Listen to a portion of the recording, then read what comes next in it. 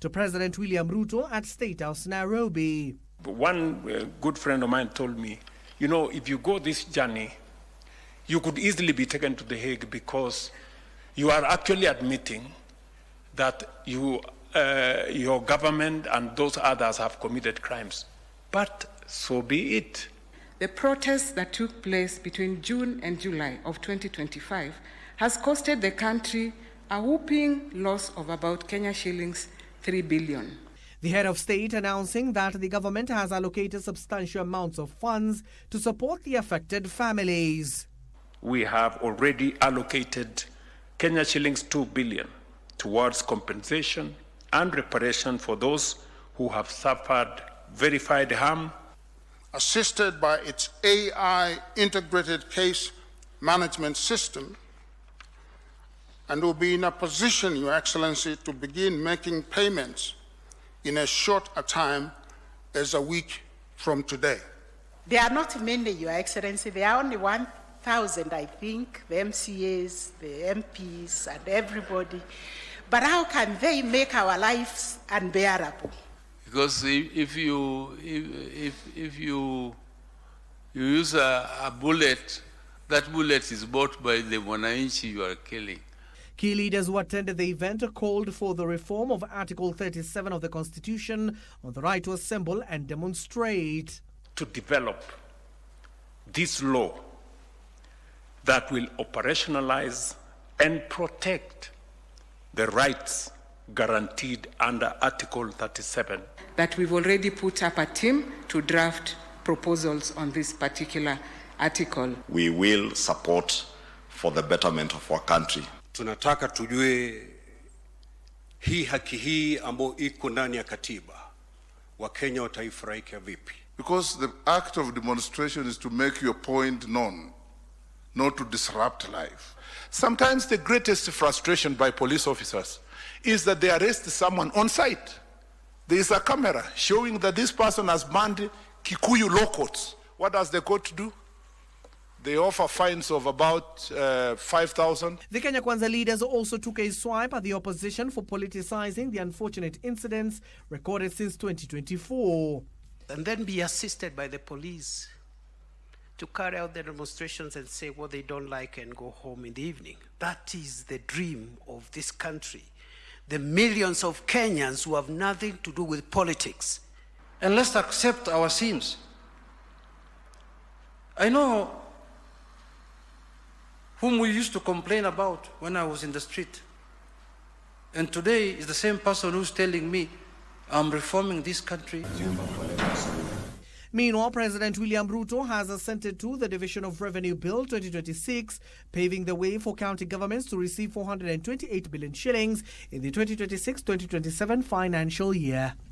Tomorrow, President William Ruto is expected to attend the G7 meeting in France. Abdiaziz Hashim from State House, Nairobi. Very well, that forms the basis of our discussion this morning. Many thanks indeed for joining us. Remember, our social media platforms are wide open. Let's communicate there. My name is Ben Troy Njue. Karon Joroge joins me on the sign language interpretation. Allow me first of all to rope in my panel of experts before we continue this conversation. Beginning from my immediate left, we have then Canon Dr. Scholar Wayua. Karibu sana. Thank you very much. She is a peace ambassador. Welcome to the program. Thank you. Just next to her, we have Karanja Muraya. Muraya is Executive Director, ACES Africa Center. Karibu sana. Asante. Thank you very much. One question for the both of you. I would like to pick your mind in regards to the President's speech, beginning with you, Daktari. He was very categorical that no amount of money can compensate life. And of course, the whole function yesterday has also attracted a number of questions.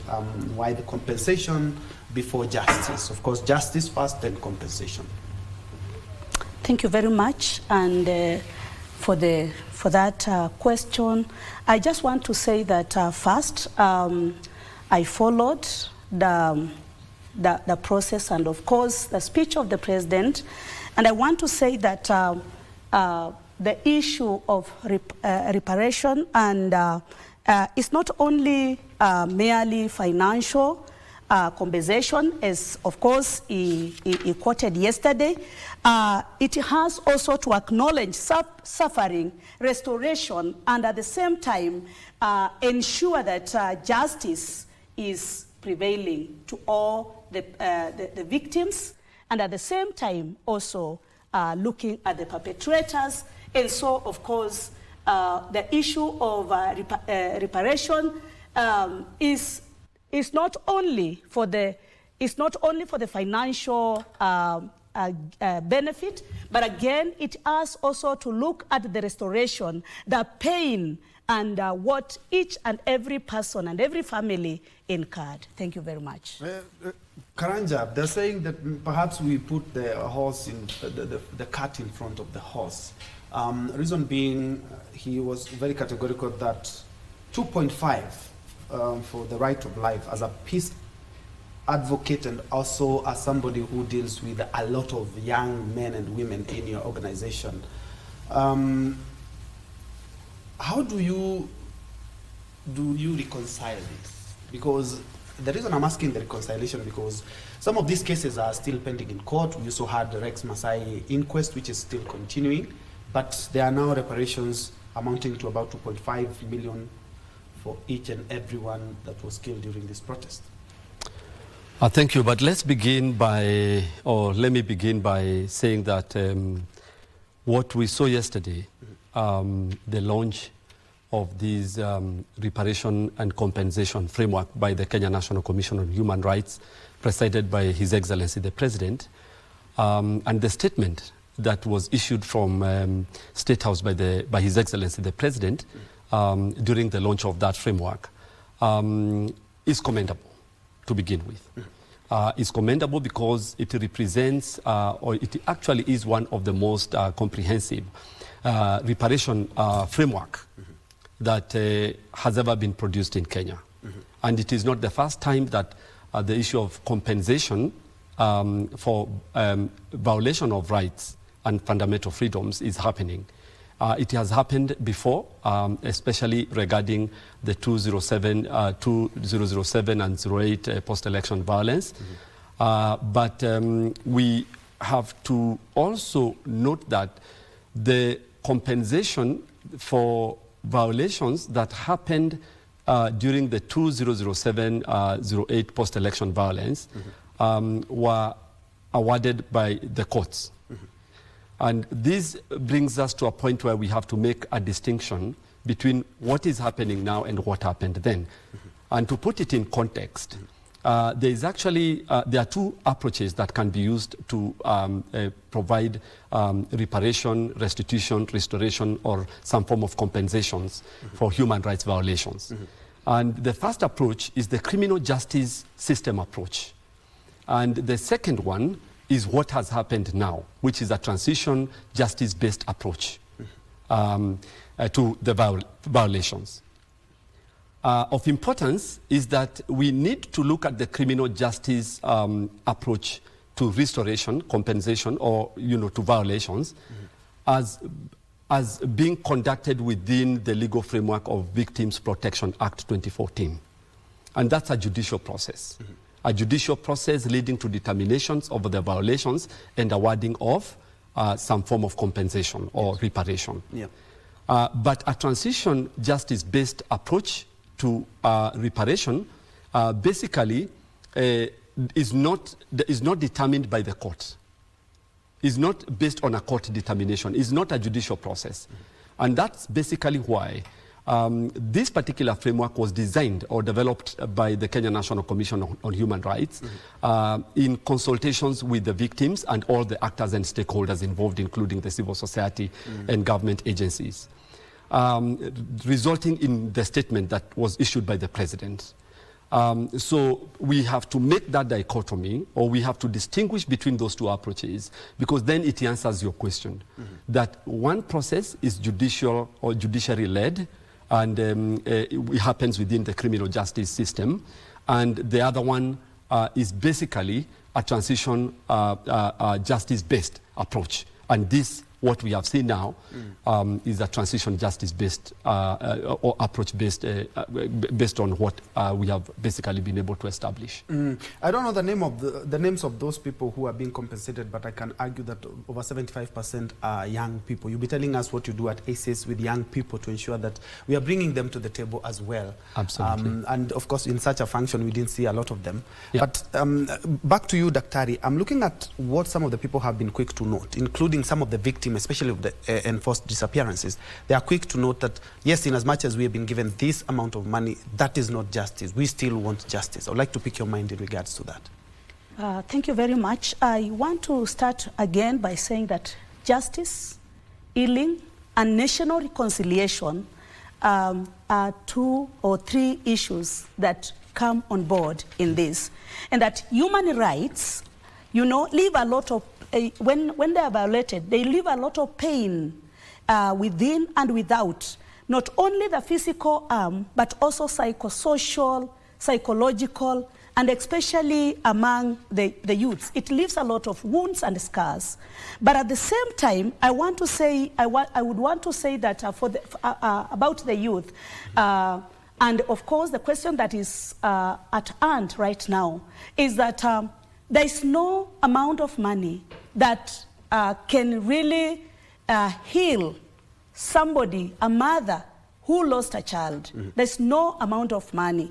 But of course, what I would say is that we look at all the side, like my brother has just said, that even as we celebrate this milestone, that this is the first reparation that we have probably had, but at the same time, we also bring on board the rest, the victims, and also the people who are also affected on board in discussion, because all said and done, and I want just to quote what the president said yesterday, that are suffering, of course, the whole idea of, he said actually, a mother or a parent who lost a child, you know, cannot also be healed by giving money. And I want also to reiterate on, to speak on the same, that 2 billion cannot amount to my child. But away from the money, the question is, there are people still demanding justice. Yes. Those who, especially the enforced disappearances. One of them was speaking yesterday, Bernard Kavuli, saying that, you know, we need justice. We know who abducted us. They tortured us. Before we can talk about any figures, we'd like to see some heads roll. We need to see some people in court. And as things are, there's no one in court. And the truth is that healing, true healing, will comes when justice is prevailed, or when justice prevailed, and dignity restored. And so I would want to say, to align with the same and say, even as we get into the reparation and also compensation, let us also know that, as I have said, compensation also has many wings. There is the financial compensation, as we are talking about. There is also the psychosocial compensation. There is also this psychological compensation, which we should also discuss in our open dialogue, that of course also justice is prevailed. Because justice, if it is not prevailed in homes, in our country, in places of work, justice denied is justice delayed. Delayed. Yeah, and you know, many people have argued that we should start with justice first. And I would like to pick your mind, Mariah, on this. I'm basing this on this. Eligible, remember, for the purposes of our viewers, is that not every person affected by demonstrations will qualify for the fund. Eligible ones, gross human rights violation committed by state agencies or public officers acting in official capacities. We are talking about extrajudicial killings, we are enforced disappearances, and also excessive force. It's perpetuated by state officials. And I think that is why the government decided, let's settle on 2 billion to actually give reparations for this. Ineligible are isolated criminal acts committed by civilians or rogue actors such as looting, vandalism, arson, civilian on civilian assault. This incident are explicitly excluded from the reparation framework and will remain strictly within the domain of the ordinary criminal justice system. And that is why I'm asking, should we have exhausted the judicial process first before we even think about compensation? Even if you go to court and argue your case, you're not given the compensation first. Justice first, and then if the need for compensation, then the compensation comes in. Thank you. And I think that still remains an open option. It's an option that is still open to the victims of the violations. They can still go to court, because I do not think that this particular statement or even the compensation and reparation framework by the Kenya National Commission on Human Rights prohibits any of the victims of the violations from pursuing justice in a court of law. But basically what this does, it does acknowledge that there are certain barriers that relate to the collection of the right or sufficient threshold of evidence, including documentation, that can be used in a court of law to successfully prosecute the issue of the violations, to its logical conclusion, to a successful determination that indeed violations happened. Because then, if you know how the country, or just even looking at how the country is, I mean, it becomes very difficult for you to be able to collect the sufficient level or threshold of evidence in terms of the right documents, in terms of the right statements from a scene of crime, like for instance where an extrajudicial killing has happened, and use it in a court, which is a criminal justice system process, whose entry the police is the gateway to the criminal justice system. So how then do you circumvent the police who are accused of having committed those particular violations to be able to successfully access and participate effectively within the criminal justice system and prosecute your matter in a way that now leads to a particular outcome, a desired outcome. So with that in mind, the issue of compensation and reparation frameworks kicks in.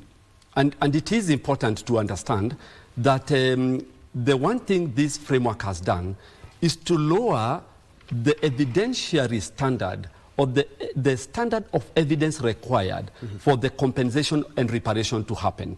And what it has done is to adopt what the basis of what they are calling a reasonable. They only need to see that there's reasonable basis to believe. The reasonable basis to believe as the threshold that qualifies one or a victim of violation to compensation or reparation or even restitution. But if you went to court, the standard of evidence that is required is so high, and in circumstances under which extrajudicial executions or killings happen, or where enforced disappearances happen, sometimes it becomes very difficult for victims or their families to be able to provide this level of evidence for successful determination that indeed violations happened. And when then the court does that determination, the Victims Protection Act 2014 kicks in. And of course, the Victims Protection Act 2014 also provides for the establishment of the Victims Protection Board and a fund that is supposed to award some form of compensation to the victims of that particular violation through the judicial process. And that is the basic and most fundamental difference between this framework that was launched yesterday by His Excellency the President and the criminal justice approach. I totally concur, because the burden of proof in criminal cases, the threshold is very high. Actually, it's beyond reasonable doubt. Yes. Yeah. And Doc, I'm looking at what the President said. He said, this is a solemn moment to make amends for harms never repaid. Do you, as a peace ambassador and part of the civic society, feel that yes, indeed, the state is finally taking genuine institutional responsibility? Because Going back to the 90s, we had the Sabasaba, we had the clamor for Katiba. You do remember a lot of people were tortured, including the likes of Martha Karua, the likes of the late Raila Odinga. But even the post-election 2007 happened, and we never had such kind of compensations. Do you believe that this is the time that the government has decided to make institutional accountability? I would want to say yes, that it is a step towards the right direction. One, because where there is healing, of course, looking at the Bible, I'm also a clergy.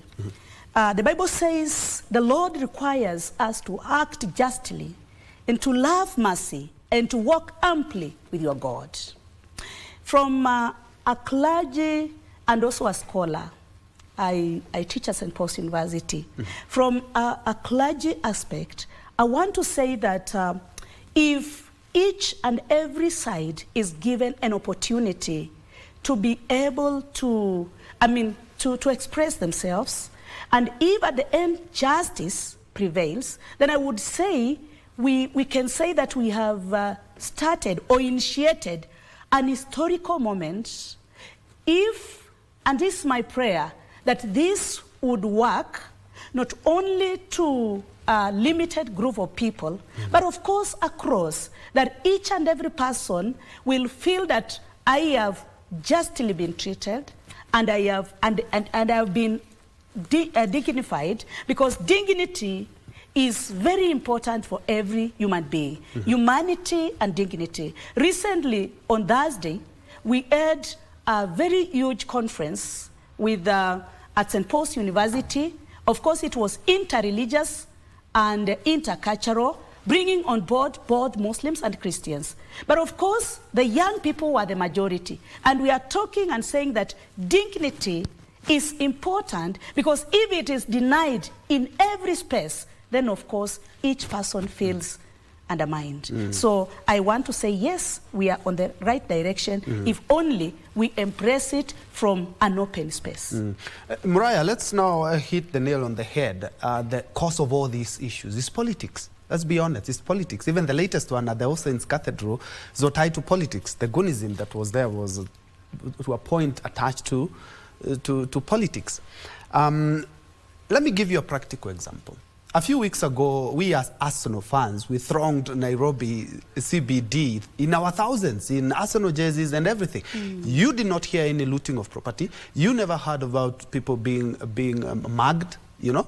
But any small function, civic space, a few people, maybe around 30 people, talking about the budget in Osain's Cathedral, a holy place, were attacked.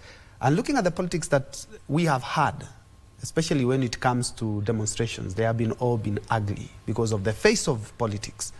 I'd like you to speak on that. Before I come to that, let me also respond to something that I think is important that you asked earlier. Yes. I think one of the limitations with this particular framework that you sort of alluded to is the eligibility criteria. Yes. Because the eligibility criteria also imposes an invisible barrier that needs to be brought out to the open. For instance, when they say that this framework for compensation and reparation only relates to violations that have occurred under Article 37 of the Constitution, relating to the right to assemble, the right to demonstrate, the right to picket, it basically then raises the question, what happens to violations that may have occurred under other articles of Chapter 4 of the Constitution under the Bill of Rights? Because of course the Bill of Rights covers from Article 19 to 15, Article 19 to Article 59 of the Constitution. Then what happens to all these other violations that may have occurred in that spectrum of the Constitution? And then when you say that you have to establish, or when the framework says that you have to establish that indeed these violations were perpetrated by state agencies or individuals acting for and on behalf of the state in their official capacity, then how does a victim establish that indeed that person was on duty at the time when they committed that particular violation? Because of course, what we call the documents that would be able to prove that, that indeed this person was on duty at the time when the violations occurred, are in custody of the state agencies for which these individuals who committed the violations represent and acted for. You know, it becomes also now extremely very, very difficult. And then if you also look at the ineligibility criteria, then it also raises the question that most contemporary about what is happening in Kenya, because there is Guninization of repression under Article 37, where now we are beginning to see the emergence of goons, and we have heard from the cabinet secretary in charge of the Ministry of Interior that these goons are many, they are organized, and they are spread across the country. And most of them are sponsored and financed, are organized or put together and financed by politicians. So then what happens where these violations have been conducted by goons under the watch of state agencies, or where there is what we would say there is an issue of omission of the duty, or an officer fails to perform their duty to restrain the goons from violating the rights of these particular individuals who are picketing or demonstrating. Or even in instances where it has been reported that some of the state actors in civilians could be aiding these violations by the goons. Then what happens? Because that then is not covered under this particular framework. I think that is what you meant, and these are some of the questions that come up now. And of course, again, I know out there in the court of public opinion, the word on the street is the timing of this particular statement and the launch of the framework. Of course, coming days before the second commemoration of the Gen Z appraising, it also looks a bit suspicious that indeed this could be aimed at preempting any of this kind of appraising from recurring. It's a good thing that you've mentioned that, because we are actually is my next question in regards to the timing of this. Remember, we also have Sabasaba and the Gen Z 25th commemoration, but we will be touching on that. But allow me to build up from where Muriah has left, and it is in regards to the Article 37, which allows us to assemble, demonstrate, picket, and even present a petition. And do we need any amendments to that? Because it seems that a lot of the framework has borrowed largely from Article 37. Do we need any amendments? Because during demonstration, we are not seeing the peaceful demonstrations. They are always interfered. And I do remember the first Gen Z protest that they had. We didn't have a lot of them. We didn't have goons. But when politics came in, that's where we started seeing looting of property. We saw deaths. We saw destruction. Do we need to amend the Constitution, the right to assemble, demonstration, and picket as it is? Thank you again. I want to say that basically within the Constitution, if the rights of picketing, demonstration, and assembling are really followed without interference by the politicians, the Constitution gives space for people to picket, for people to demonstrate peacefully, and so it only comes or worsens when, of course, there is an interference, maybe for personal gains or for political gains, whereby, of course, you would start, like you have said, you start a demonstration peacefully, and then, of course, goonism or even other people with bad intention gets in. So if it would really apply completely without any interference, as it is it speaks about freedom for picketing, freedom for demonstration, and so it is only when we get in, and of course maybe other goons and other people get in and interfere with it. Yes, and still on the, you can also touch on that, because the reason I'm asking about the amending that article, it's not the first time that has come up. I do remember even there was a time one of the politicians wanted to amend that because they said that in as much as people are demonstrating, they're not peaceful. And that is one of the core mandate of this Article 37. You have to be peaceful, you have to be unarmed.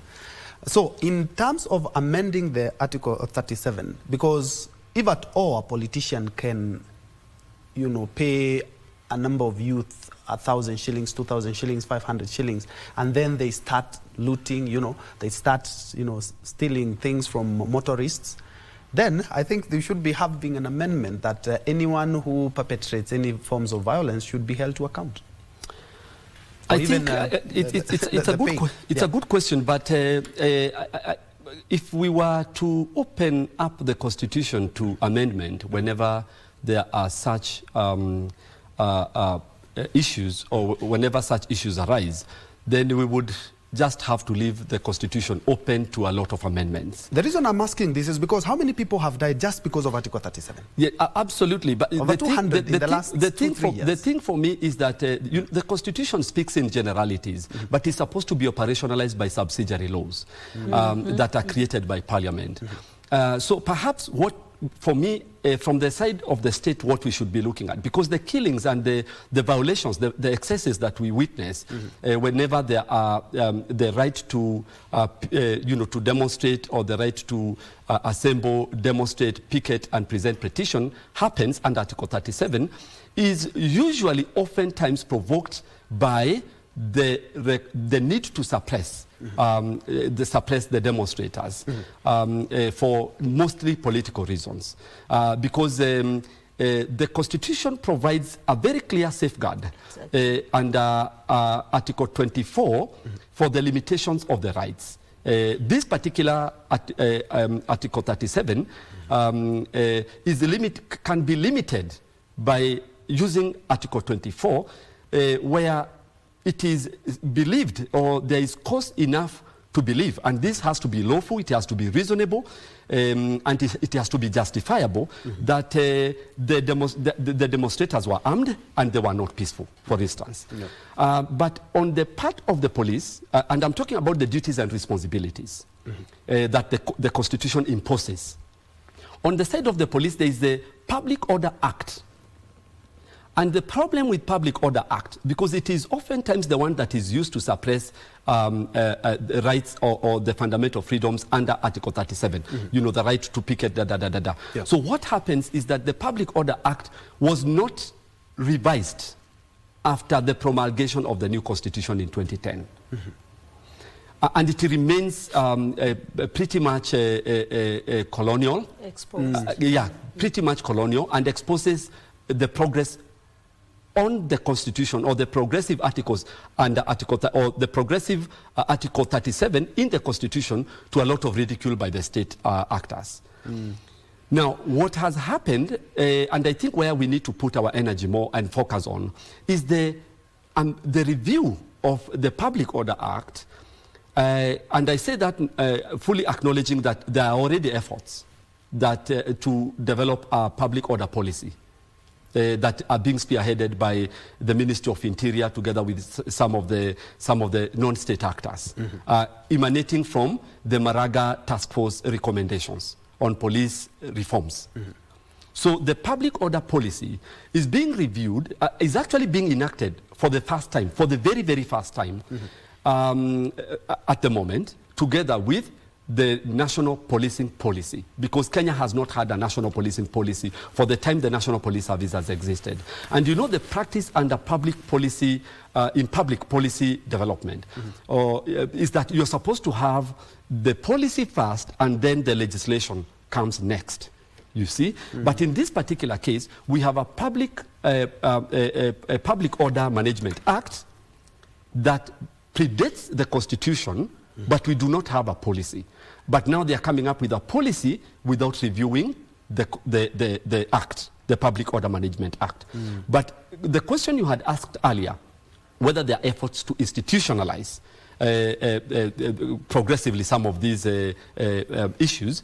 Yes, indeed, this statement that was issued by His Excellency the President yesterday did mention that they did recommend the enactment of Reparations Act, which is a good effort at institutionalizing some of the progressive nature of, or some of the progressive issues that have been created by Article 37.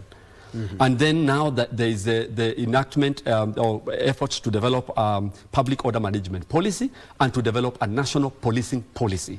And also, equally, I am aware that the government is also coming up with what we are calling community policing policy, because even that has not had, although there are if you read the National Police Service Act from Article 91 to 97, it does provide for the community policing policy.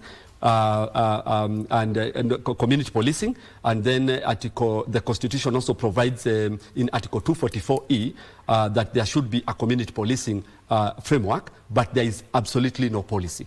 So these are some of the efforts that I think the government has taken to attempt to institutionalize the provisions of the Constitution. But to that, I doubt we really need to strengthen it, because we have a lot of pilferages in regards to that, because even the compensation itself was done in regards to that Article 37, right? Yes, absolutely. And I think that's why now they are coming up with the Reparation Act to be able, because we don't have a Reparation Act at the moment. And therefore, the only thing we have is the Victims Protection Act 2014, which is a judicial process. But in terms of a transition justice approach to reparation and compensation for violations of rights and fundamental freedoms, then that is, we do not have a law. And I think that's why the statement by the President coming from the launch of the framework suggests or recommends that we create or we enact a Reparation Act.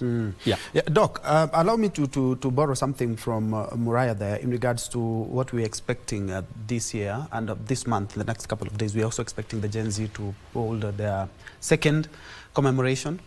We also are expecting the Sabasaba protest as well, which have been there for, I think, for a number of years, almost, I think, 30 years now. Yes, absolutely. And in the civic space, from where you sit, are you worried because of what we are seeing now, politicians and goonism?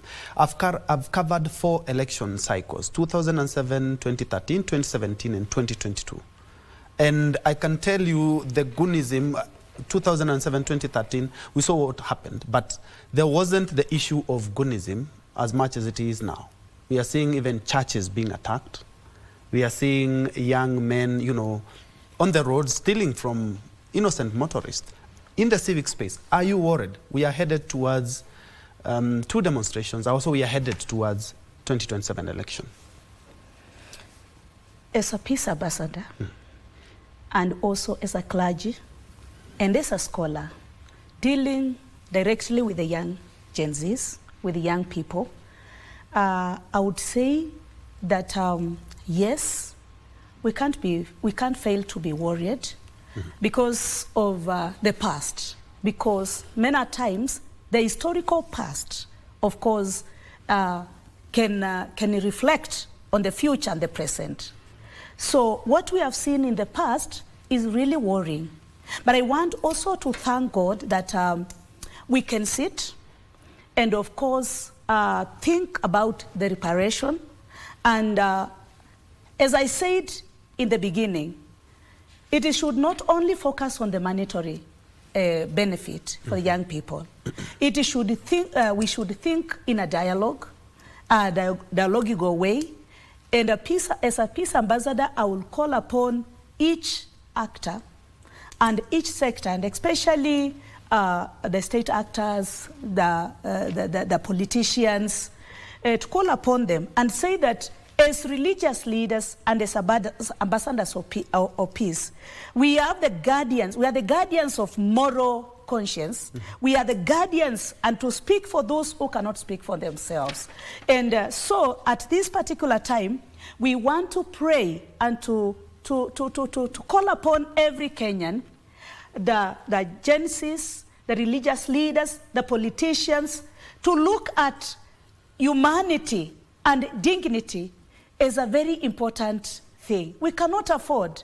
We cannot afford to lose other lives, you know, maybe because of demonstrations, if, of course, we can embrace and look at the Constitution and what Article 7 says in peaceful demonstration, and of course we try to see whether the goonism, the issue of goonism, because basically when you follow, the issue of goonism is the one which actually brings about all these other issues. And for the young people, for the Gen Zs, when they come to express themselves, let us also look at the issue, and the issue of peace, because peace is paramount. Human dignity is paramount, and justice is also paramount. So we can be worried, but of course we are also getting a moment of like saying we are going in the right way through the Repression Act, whereby of course now we can say at least we are walking on the right direction, or we are getting closer to somewhere where we can of course say this person can be protected by this or by that. So yeah. Still on the same, I'm really perturbed by some of the things that we are seeing. At the end of the day, as much as I'm a journalist, I'm also a Kenyan. And Mariah, I would like to ask this question. Do you believe the government and government agencies are being honest? The reason being, and genuine, the reason being, we've had this issue of goonism. We had a senator attacked by goons. We don't know where they are. We had 4 churches have been attacked, including us, since the latest one being. No one has been arrested. We haven't seen anyone presented to court. Are you honestly believing that government doesn't know exactly where these goons are, and it has no power over these goons? A practical example is the CCTV that we saw from Austin's Cathedral. You know, somebody asked me, these police officers guarding that place, why do they even have weapons in the first place? If they have weapons, it's to use those weapons in case they need to use those weapons. And you can tell me all those goons, in tens of them or even 100 goons that were there, no one was arrested, nobody was shot. But when it comes to the street protest, we have so many young men and women being shot to death. Absolutely, and it's a good question. Of course, whether the government is being honest or dishonest is difficult to determine. But we can use deductive logics to try and argue that. In fact, it's not even deductive logics, because it's clear from the statement that was issued by the president yesterday, and it's an important one, very, very important in this discourse, that there was recognition, or we can even say now there is a recognition by the highest office in the land that there are police violations. There is police violence, and there is an attempt by the state to repress protests. And, and it almost looks like suspension of some facets of Article 37, repression of protests. And there's also now a clear commitment from the pronouncements or from the statement that was issued yesterday to move Kenya from mere documentation of violations to redressing the issues. I mean, that coming from the president is something.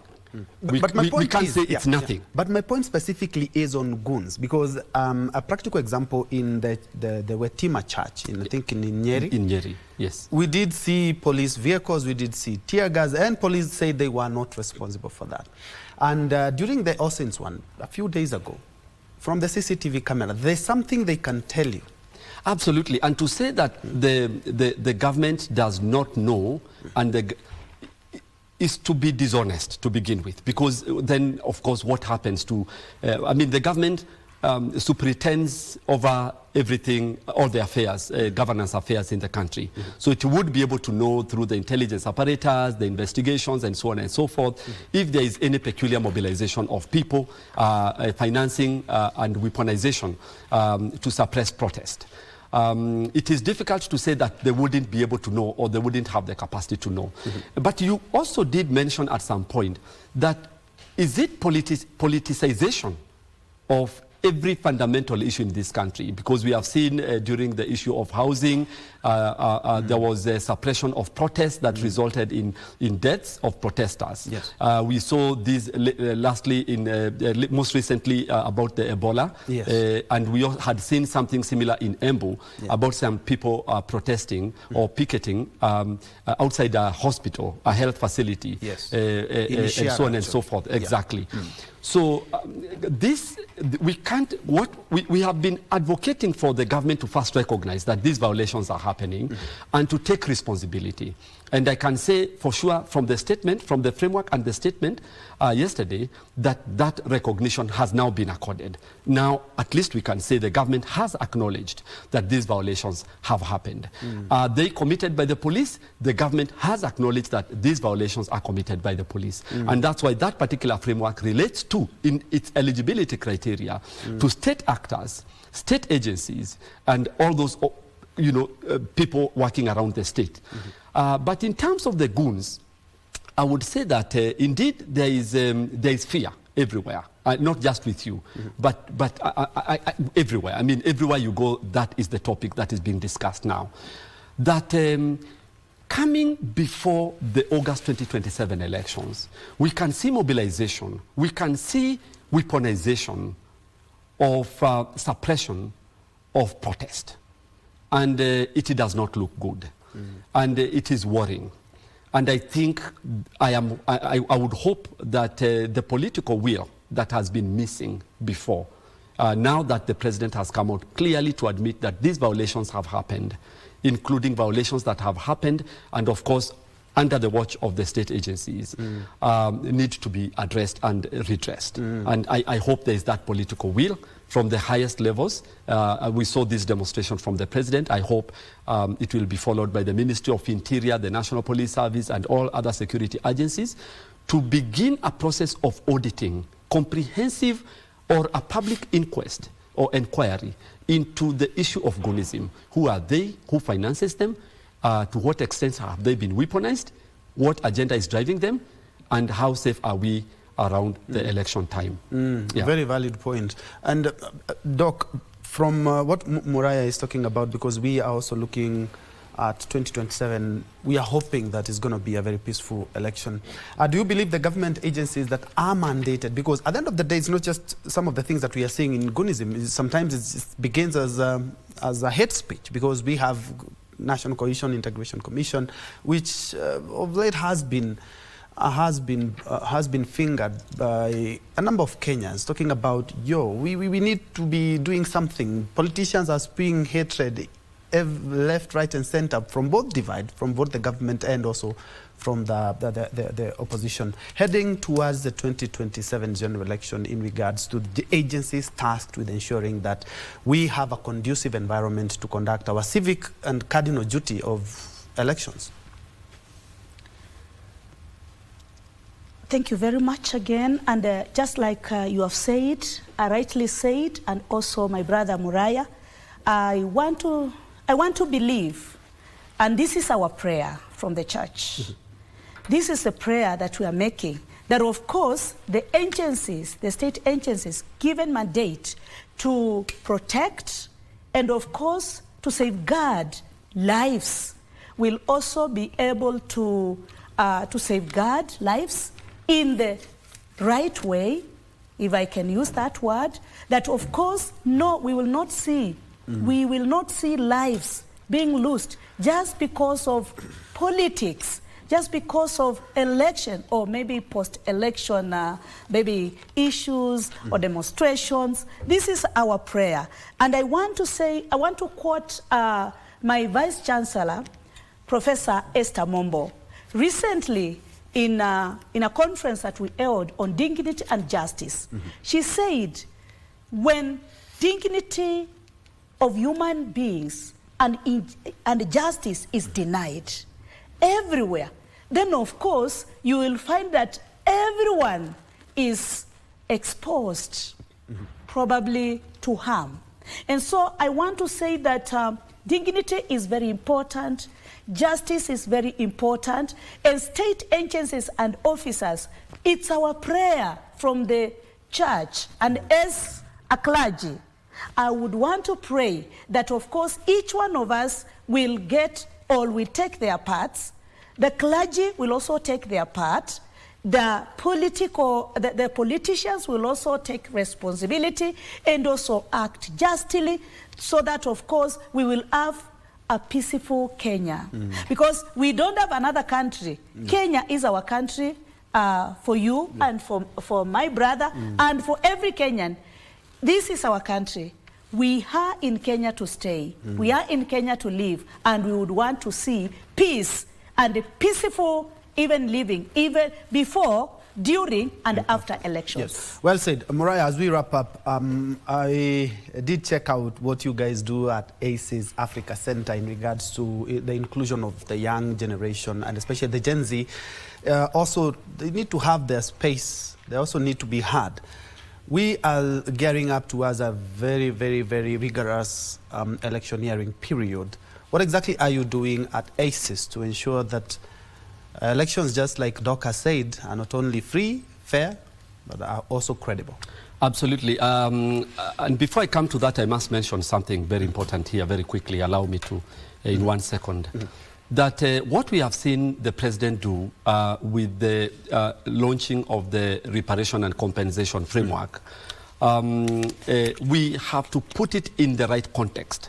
That number one, reparation is only one of the pillars of transitional justice.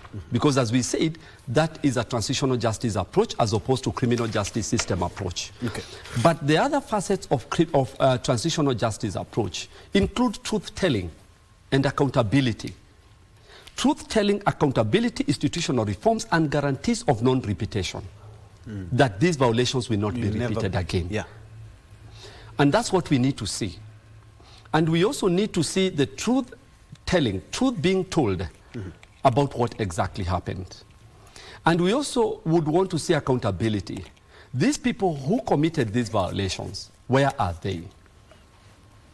Should we just walk away simply because we have compensated the victims and say that the issues have been redressed, the injustice has been redressed? What happens to those particular organizations that superintended over the violations? What level of reforms have been undertaken? Or what commitment to reform are we getting from the state? That indeed we intend, with the political will that is required, with the resources that are required, to reform, for instance, the National Police Service, for instance, to provide adequate resources to constitutional commissions that oversight these issues, including the the IPOA, Independent Policing Oversight Authority. The Kenya National Commission on Human Rights itself has been suffering inadequate funding for a very long time that could have been designed to weaken it. These are some of the issues that we need to look at. But finally, at ACES Africa Center, we provide young people with the safe space for them to interact with security sector actors to bring out some of these issues in truth-telling before and even after the violations have happened. Because there is the need for the police to hear. There is the need for us to begin an interlocutory discussion between the police and the young people, between the national government administration and the young people, to understand this thing at, with the depth and the seriousness it requires. Well said. That has been Karanja Muraya, who is Executive Director, ACES Africa Center, a key player in regards to our civic space and governance in the country. And just next to him, we have then Canon Dr. Scholar Wayua, who is a peace ambassador and also a university lecturer at St. Paul's University. We have been looking at safeguarding human rights based on what happened yesterday, which I say is a historic, because this has never been done in the country, but so many questions still linger. But we all need to do one thing. We also need to stay strong. We also need to also help the frameworks that are there to safeguard our rights, to do everything that pertains to the Constitution. Many thanks indeed for joining us. I'm now giving the baton to my colleague Sheila Kayaro Yogo for Kurunzi Mashinani and Tamrini. Do have yourself a blessed afternoon. I'm Ben Troy Njue. Karo Njoroge has been my colleague on the sign language interpretation. Let's continue this conversation on our social media spaces. Have a good one.